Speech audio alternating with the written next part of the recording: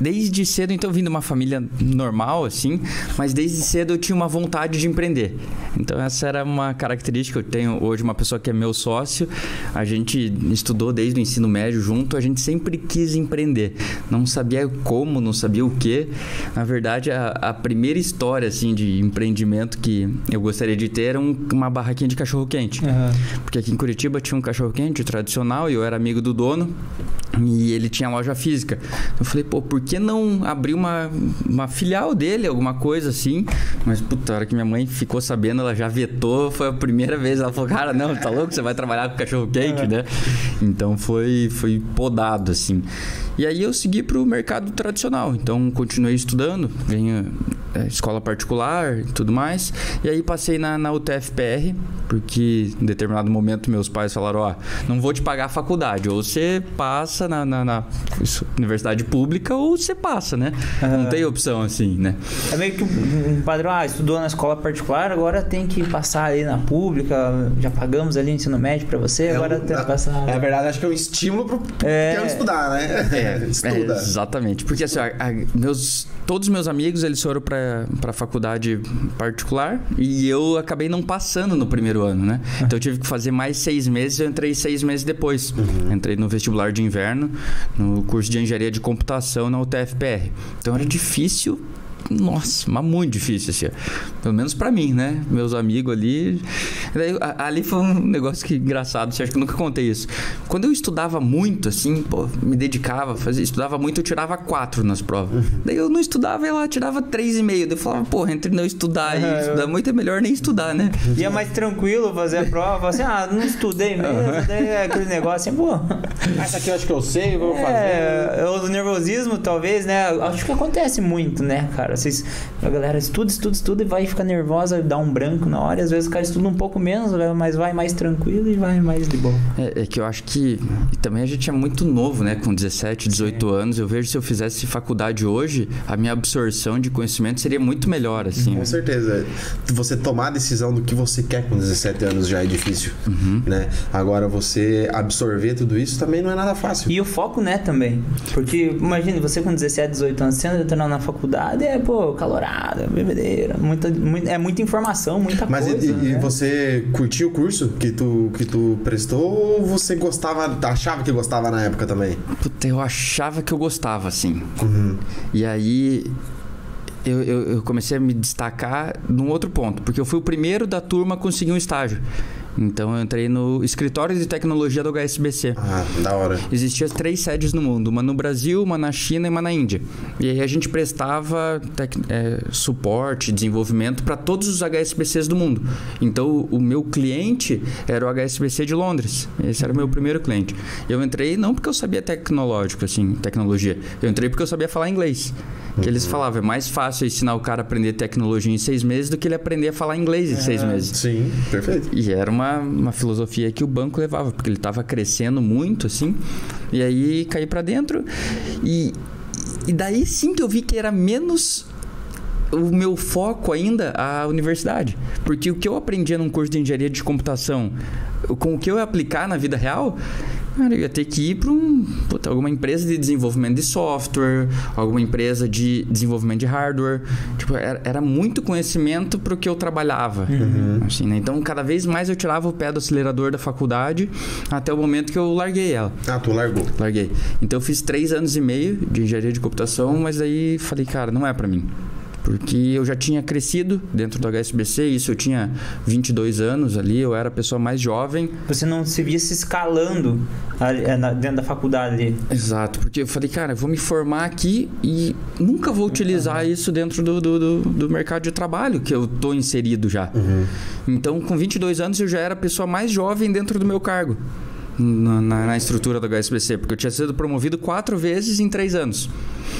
Porque eu comecei a entender um pouco, assim, quando a gente não sabe o que estudar, a gente, às vezes, empiricamente acaba acertando.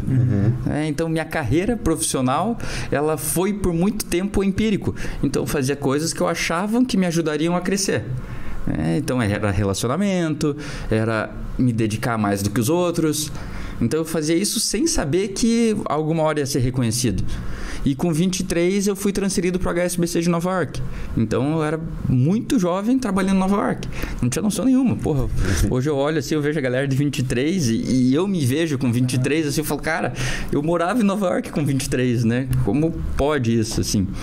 Então, ali foi uma reviravolta na minha vida, porque eu tinha largado já a engenharia de computação, estava fazendo outro curso, que era gestão de TI, que eu falei, isso vai me ajudar um pouco mais a ter conhecimento base para ser um gestor na área de TI. Mas isso lá daí já? Aqui. Porque eu larguei aqui, daí comecei gestão de TI e fui para lá. E aí começou os dois em paralelo, assim, também larguei. Né? Então, a segunda faculdade. Meu amigo fala assim, quantas faculdades você fez? Fiz 3, faltou uns tijolos para terminar as últimas. Mas dentro do HSBC, tu trabalhava com a parte de tecnologia, claro, mas o que era essa demanda dentro para tu ir para Nova York? Eu trabalhava com Business Intelligence. Então, a gente fazia manipulação de dados para gerar relatórios que a gerência, a diretoria precisava. Então, eu desenvolvia basicamente softwares, pegava dado de uma conta tal com dado de outra conta e aí gerava relatórios, batia isso, gerava relatórios para eles. Não entendia muito o que eu fazia, porque... Era mais um processo mecânico? Talvez, e eu não... por inexperiência, assim, por ser muito jovem, não queria saber exatamente o que eu estava produzindo. Cara, funciona assim e tal. Otimizei alguns processos. Tinha um processo todo final de mês tinha que rodar um relatório que envolvia o pessoal da Índia, né, que era o time grande lá na Índia, o time dos Estados Unidos e o time do Brasil. E o que acontecia? Então, às vezes, o relatório tinha que rodar dia 31, 1 e 2, para dia 3 estar pronto. E às vezes dia 31, 1 e 2 cai sábado, domingo, e aí... O que eles faziam? O time da Índia tinha que trabalhar sábado, domingo e segunda, o time dos Estados Unidos e o time do Brasil. E isso já acontecia por alguns anos, assim. Eu falei, por que nunca automatizaram isso? Não sei por quê. Porque não dá para automatizar, essa era a resposta. Eu falei, cara, então beleza, então daqui que eu vou automatizar. E aí, com uma automatização, deixava-se de pagar extra para 20 funcionários por causa de, pensar um pouco fora da caixa. É coisa de brasileiro, né, cara? Vou trabalhar fim de semana, vou dar um jeito de fazer esse troço funcionar e daí a galera vai tirar folga, né? Era exatamente isso. Então, você oferecia uma solução e quantas soluções no mundo, né, são criadas porque o cara fala, o bicho é preguiçoso, cara, deixa eu achar um outro jeito de resolver. Fazer. E aí, então, eu tinha uma perspectiva muito grande dentro do HSBC. Com 23 anos, já em Nova York, e aí ia voltar para cá, chance de crescer, virar gestor, virar diretor. Então, tinha muita chance de crescer. Mas já não era alguma coisa que me motivava mais. Porque quando eu era novo, eu tinha aquela vontade de empreender. E, quando você tem a vontade de empreender, cara, isso tá no sangue. Assim. E daí... Você já tinha noção da palavra empreender ou você falava assim, eu quero ser dono do meu próprio negócio? Cara, não. Eu tinha noção que eu queria ser grande. Era isso. Então eu não sabia que era empreender. Eu tinha alguma coisa dentro de mim que falava, cara, eu preciso ser grande. Eu não sei como, eu quero ter as coisas, eu quero crescer, quero ser representativo para alguém. Era isso que eu imaginava, assim, desde jovem. Mas não sabia como, não sabia que era empreendendo que você consegue impactar vidas. E aí, então isso sempre fica te cutucando ali, né? Essa é a busca incansável do empreendedor, né? Acertar o que será que eu vou fazer, o que eu vou desenvolver que vai ser essa ferramenta que vai me deixar ter as realizações que o empreendedor faz. É você impactar várias pessoas, escalar tudo isso, né, para você obter sucesso. Mas como que eu vou fazer? O que tipo, no meu caso, assim, eu penso assim, eu quero ter alguma coisa, mas o que? Qual é que vai ser a ideia genial que vai surgir? Qual que vai ser o espaço do mercado que eu vou ocupar? E eu acho que essa é a busca mais recorrente na cabeça de quem quer empreender e quer ser grande, como você mesmo falou, né? Porque a gente não é preparado, o mercado não prepara a gente para ser um empreendedor. Então a faculdade não te ensina a ser um empreendedor. E isso tem que vir de dentro de nós. Eu acho que é o primeiro ponto que você tem que analisar. Será que eu tenho empreendedorismo dentro de mim? Muitas vezes a pessoa nem sabe o que é o empreendedorismo, mas se ela tem alguma coisa que movimenta ela, isso talvez pode ser a porta de entrada para ela ser um empreendedor. Eu vejo dessa maneira, assim, né? Então, eu não sabia como, porque minha família não era de empreendedores, né? Meu pai, ele trabalhava como financeiro numa empresa. Meu irmão, sim, ele decidiu empreender. Então, ele já tinha uma empresa, não era grande na época, mas eu sempre me espelhei muito nele. E aí eu via o quanto ele trabalhava, assim, não entendia muito bem como era o processo de empreender, até você meter a mão na massa. Quando você tá, é que nem piscina gelada, né? Quando você tá de fora, você fala, pô, não deve ser tão ruim entrar ali. Mas a hora que entra, você tem que fazer o negócio para esquentar, que senão você morre congelado. Então, me chamava a atenção, mas eu não sabia como seria. Eu acho que é o primeiro ponto de dúvida, assim, que me criou na vida. Você tava... Com quantos anos?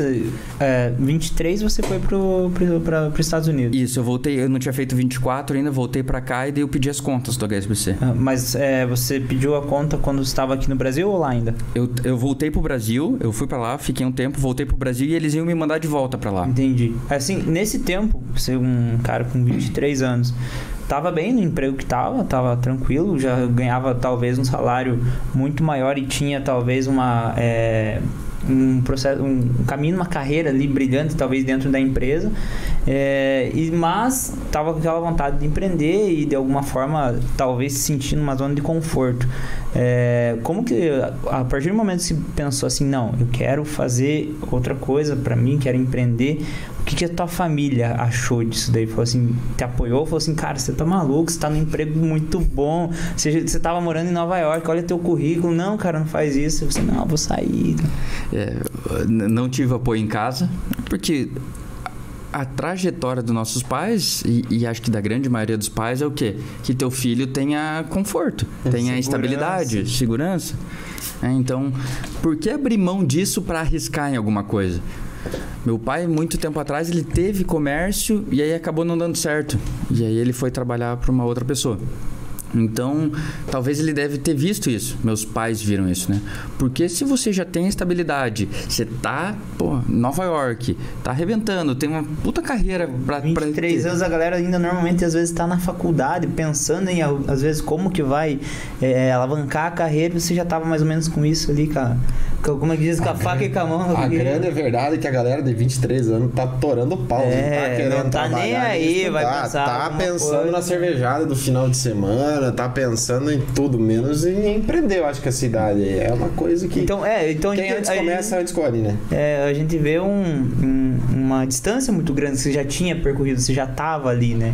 Então eu acredito que quando teu pai e tua mãe, tua família fala assim, não, cara, você tá maluco, cara, não vai deixar isso daí, você tem um sucesso, vai ser brilhante isso daí que você vai fazer, você não... Vai se aposentar, vai se aposentar aí, tá com segurança. Como que foi essa reação, assim, foi assim... Porque a gente entende também os pais, né, cara? Sim, eles estavam totalmente certos na posição deles. Talvez, se eu tivesse no lugar deles, talvez eu pensaria dessa mesma forma. Você tá maluco que você vai largar um negócio que você tá certo, tem uma puta perspectiva, e aí para começar do zero de novo, sem ter conhecimento nenhum. Então, não fui muito aprovado, mas... às vezes com 23 você não escuta muito teus pais, né? Então, hoje eu fico feliz de não ter escutado. Mas foi um mega desafio, assim, para conseguir superar isso, né?